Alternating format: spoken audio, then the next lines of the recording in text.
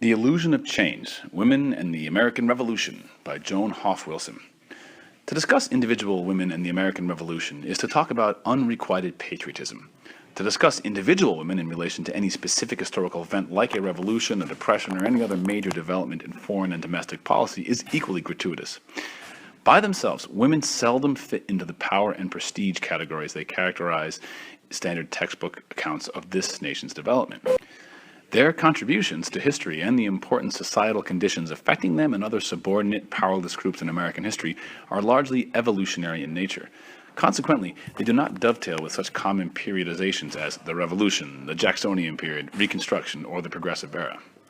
Therefore, no attempt simply to document the specific individual or group actions of American women between 1763 and 1783 will contribute significantly to assessing their historical importance. One must begin to hypothesize about their collective stage of socioeconomic development before, during, and after the events leading up to and immediately following the War for Independence. Hence, the time period under discussion will generally be the last half of the 18th century, the 1700s, and the first decade of the 19th century, with particular attention given to the years from the end of the French and Indian War in 1763 to 1800.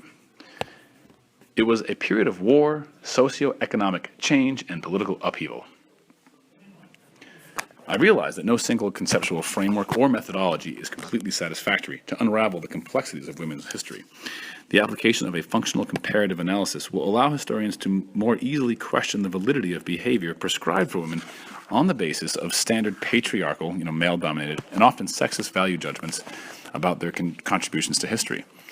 By keeping in mind the differences among various classes and races of women, as well as the individual differences among women, we may also move away from the traditional generalizations about women as a whole. I will argue that certain types of female functions, leading either to the well-known exploitation of working women or to the ornamental middle-class housewife of the 19th century, were abetted by the American Revolution, although not caused by it. This occurred because the functional opportunities open to women between 17 and 1800 were too limited to allow them to make the transition in attitudes necessary to ensure high-status performance in the newly emerging nation. In other words, before 1776, women did not participate enough in conflicts over land, religion, taxes, local politics, or commercial transactions. They simply had not come into contact with enough worldly diversity to be prepared for a changing, pluralistic modern society.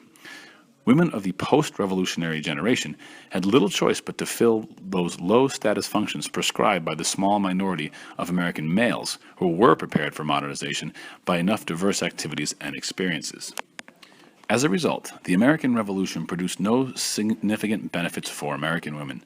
This same generalization can be made for other powerless groups in the colonies: Native Americans, blacks, probably most propertyless white males, and indentured servants. Although these people, together with women, made up the vast majority of the colonial population, they could not take advantage of the overthrow of British rule to better their own positions, as did the white, propertied males who controlled economics, politics, and culture. By no means did all members of these subordinate groups support the patriot cause, and those who did, even among whites, were not automatically accorded personal liberation when national liberation was won. Why didn't the experiences of the Revolution result in the changing political consciousness of women? Part of the answer lies in the socialized attitudes among female members of the revolutionary generation that set them apart from their male contemporaries. Their attitudes had been molded by the modernization trends encountered by most women in the course of the 1700s, the 18th century.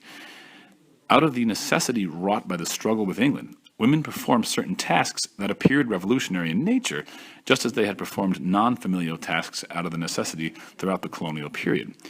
But this seemingly revolutionary behavior is not necessarily proof of the acceptance of abstract revolutionary principles. Despite their participation in greater economic specialization, despite their experiences with a slightly smaller conjugal household where power relations were changing, despite a limited expansion of the legal rights and somewhat improved educational opportunities for free white women, the revolutionary generation of females were less prepared than most men for the modern implications of independence. Their distinctly different experiential level, combined with the intellectually and psychologically limiting impact of the Great Awakening and the Enlightenment on women, literally made it impossible for even the best educated females to understand the political intent or principles behind the inflated rhetoric of the revolutionary era. Words like virtue, veracity, morality, tyranny, and corruption were ultimately given public political meanings by male revolutionary leaders that were incomprehensible or more likely misunderstood by most women. How does one prove such a generalization about attitudes behind the behavior of women during the revolution? Among the more articulate and educated women, there was a written testimony to at least an initial sense of pride and importance involved in their participation in the war effort. Thus, a young Connecticut woman named Abigail Foote wrote in her diary in 1775 that carding 2 pounds of whole wool made her feel nationally, while others recorded their contributions in similar patriotic terms. But the question remains, did their supportive actions prepare them to accept a vision of society anywhere near the version ultimately conveyed by James Madison's Federalist No. 10 in the fight over the Constitution of 1787? To date, there is little evidence that this type of sophisticated political thought was present either in the writings of women about the revolution and its results, or in the appeals made to them during or immediately following the war. The same lack of political astuteness appears to underlie even the least traditional and most overtly political activities of women, such as the 51 who signed the Anti-Tea Declaration in Eddington, North Carolina, on 25 October 1774, later immortalized in a London cartoon. The same could be said of the more than 500 Boston women who agreed on January 31st, 1770 to support the radical male boycott of tea, of the Daughters of Liberty in general, and of the 1,600 Philadelphia women who raised $7,500 in gold for the Continental Army. Even Mercy Otis Warren never perceived the modern political system that evolved from the Revolution. Instead, she viewed the war and its aftermath as the instrument of Providence, God, that sparked a world movement, changing thought and habit of men to complete the divine plan for human happiness, largely through the practice of virtue. Perhaps the most important aspect of the supportive activities among women for the patriot cause was the increase in class and social distinctions they symbolized. For example, it appears unlikely that poor white or black women joined the Daughters of Liberty groups, actively boycotted English goods, or participated in any significant numbers in those associations of ladies of the highest rank and influence who raised money and supplies for the Continental Army. On the contrary, it may well have been primarily young female spinsters from prominent families and well-to-do widows and wives who could afford the time or the luxury of such highly publicized activities. The vast majority, however, of middle-class female patriots, and for that matter loyalists, were single or married, performed such necessary volunteer roles as seamstresses, nurses, hostesses, and sometimes spies whenever the fighting shifted to their locales, without any undue fanfare or praise. The same is true of poor women, with one important difference: they had no choice. Probably the classic example of housewifely efficiency and economic shrewdness is found in Abigail's management of the Adams family farm during John's long absences. In this respect, Abigail Adams stands in direct contrast to the women in the lives of other leading revolutionaries like Jefferson, Madison, and Monroe, all of whom were bankrupted by public service, in part because their wives were not as capable at land management as she was. This even proved true of the most outspoken of all revolutionary wives, Mercy Otis Warren. Numerous lesser-known women, however, proved equal to the increased domestic responsibilities placed upon them. Only the utterly impoverished could not resort to the traditional colonial task of household manager. As the months of fighting lengthened into years, more and more poverty-stricken women left home to join their husbands, lovers, fathers, or other male relatives in the army encampments. Once there, distinctions between traditional and male and female roles broke down. These camp followers, as well as the women who stayed at home, complained about their plight privately and publicly, and on occasion they rioted and looted for foodstuffs. Women rioting for bread or other staples never became a significant or even a partially common revolutionary act in the New World, as it did in Europe, largely because of the absence of any long-term abject poverty on the part of even the poorest colonials. There is still no clear indication of an appreciable change in the political consciousness of such women. In addition, except for camp followers and female vagabonds, the principal concern of most members of this generation of primarily rural women remained the home and their functions there. During the homespinning drives and during the war when their men were away, their domestic and agricultural duties became all the more demanding, but not consciousness-raising. Once independence was won, however, these same women, particularly those forced to become camp followers, naturally welcomed the chance to withdraw to what had been their more normal pre-war private lives within the physical and psychic safety of their homes. Collective validation and vicarious fulfillment through their families, rather than individual assertion, continued to satisfy most of them. In fact, their desire to end the increased familial hardships and dislocation created by the revolution is clearly indicated in the one common characteristic all women exhibited, regardless of class: an effective response not only to the revolution specifically, but also to all legal political matters in general, and most important, to one another. Lastly, in explaining the failure of the equalitarian ideals of the revolution to bear even limited fruit for women, one must analyze the narrow ideological parameters of even those few who advocated for women's rights, persons such as Abigail Adams, Judith Sargent Murray, Elizabeth Southgate Brown, Elizabeth Drinker, and Mercy Otis Warren. These women were not feminists. Like most of the better organized, but no less unsuccessful Republicans of France, they seldom, if ever, aspired to complete equality with men, except in terms of education. Moreover, none challenged the institution of marriage or defined themselves, quote, as other than mothers and potential mothers. They simply could not conceive of a society whose standards were not set by male patriarchal institutions, nor should they be expected to have done so. Instead of demanding equal rights, the most articulate and politically conscious American women of this generation asked at most for privileges and at least for favors, not for an absolute expansion of their legal or political functions, which they considered beyond their proper womanly sphere.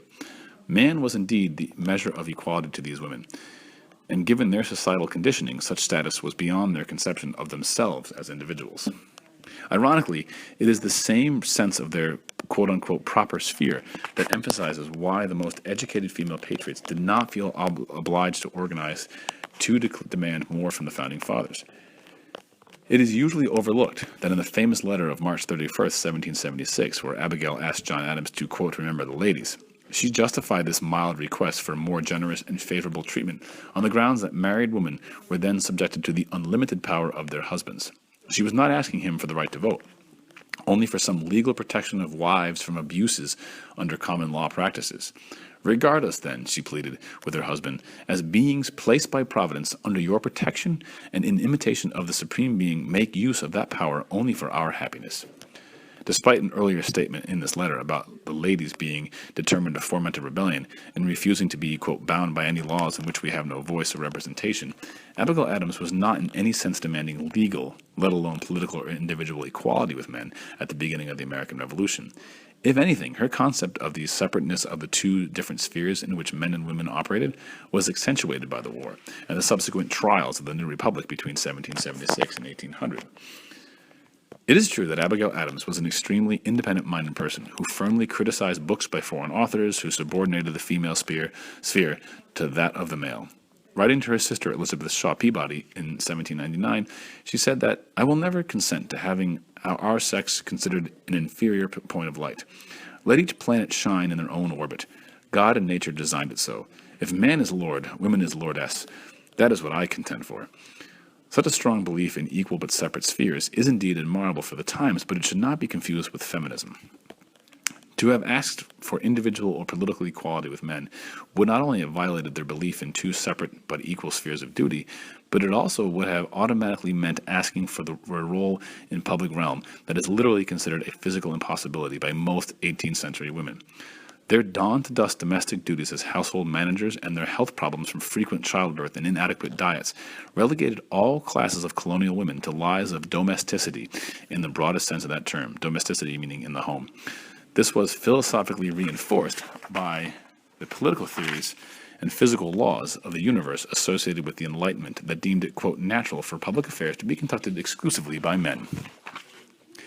A final factor that helps to explain the absence of feminism in the behavior of women during the Revolution and in their attitudes afterwards is related to the demographic changes that were taking place within the family unit between 1760 and 1800.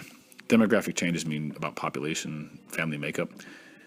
Middle and upper-class women were increasingly subjected to foreign and domestic literature stressing standards of femininity that had not inhibited the conduct of their colonial ancestors. While the rhetoric of this new literature was that of the Enlightenment, its message was that of romantic love, glamorized dependence, idealized motherhood, and sentimentalized children within an ever-narrowing realm of family life. This becomes known as the cult of domesticity, AP students. The cult of domesticity, where it cherishes the idea that women's place is to romantically love their husband, be dependent on their husband, and to be this idealized mother.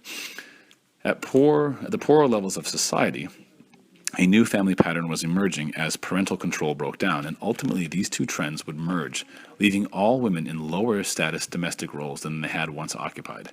In general, It appears that the American Revolution retarded those societal conditions that had given colonial women their unique function and status in society, while it promoted those that were leading towards the gradual embourgeoisement of late 18th century women, kind of making them active middle class women in politics and society. It slowed that down.